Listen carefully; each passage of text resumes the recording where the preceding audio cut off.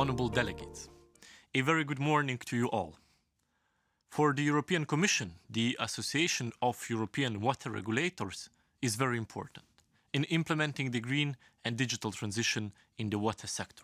Your support is simply essential.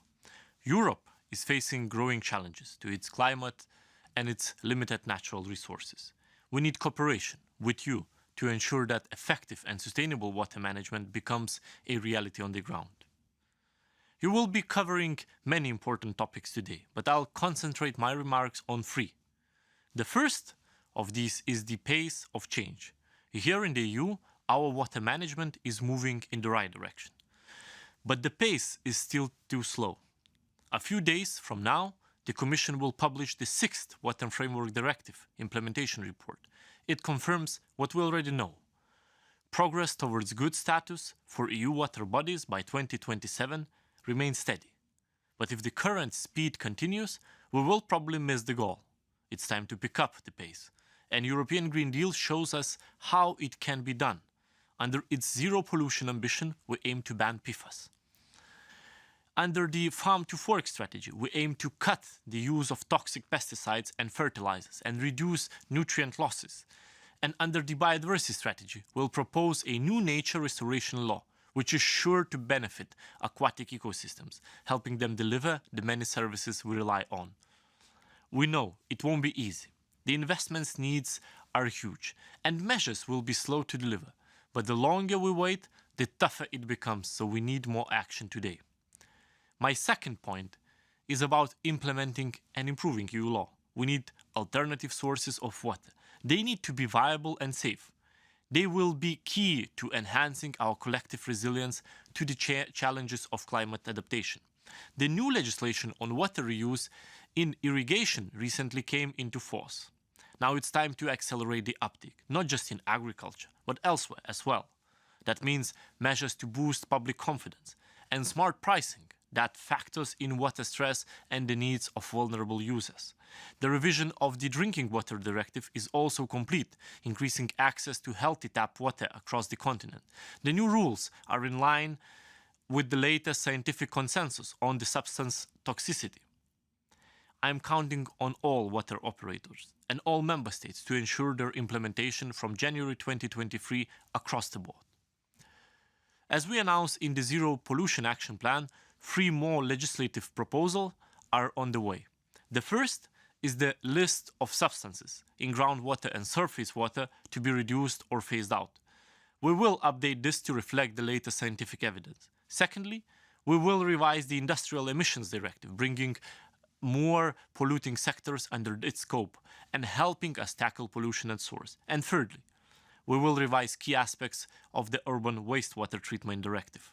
This involves a renewed effort to tackle pollution from urban sources such as stormwater, overflows, urban runoff and individual collecting system, and from micropollutants like pharmaceuticals, cosmetics and microplastics. It will also mean a push to promote more circularity in wastewater management and sludge reuse in particular. And it will also mean better governance through better planning, monitoring, reporting and information to the public, and more incentives to improve performances on the ground. These efforts will require substantial investments. Member state measures in the second river basin management plans for 2016-2021 already require at least 142 billion euros. The flood risk management plans for the same period require an additional 14 billion euro. These figures may understate the needs, and the requirements for the next 6 years could be even higher than before. Meeting those needs means more cost recovery and broadening the sources of financing. Our study shows uneven cost recovery across the EU in many different sectors.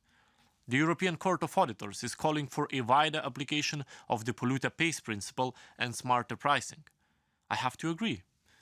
I also note that better cost recovery at the national level is in everyone's interest. It will help member states and water operators to get more leverage from the available EU support. The last point I want to cover is EU water resilience. For the last 5 years, the World Economic Forum has listed threats to water as one of the greatest global risks. Europe's freshwater supplies are relatively abundant, But the major risk is overexploitation. The Commission's Strategic Foresight Report 2021 predicts that the pressure on water and food security will continue to grow. Water scarcity is traditionally problematic around the Mediterranean, but it's now reaching unexpected places like Sweden, Finland, and Flanders. We all saw the devastating effects of floods in Belgium and Germany this summer, and in Sicily a few days ago. The toll on human life is unacceptable, and the economic costs are immense. Drought and water stress now cause €9 billion of damage every year, not counting damage to ecosystems and the services they provide.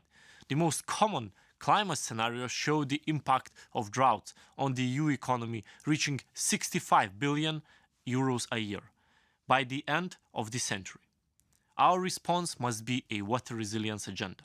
We need policymakers and sector practitioners to draw up an active response to the challenge of adaptation.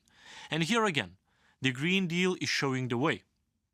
It's forcing us to pay more attention to water efficiency in legislative reviews, in horizontal strategies like the Circular Economy Action Plan, and at the sectoral level in areas like agriculture, energy and transport. And it's time to strengthen this approach.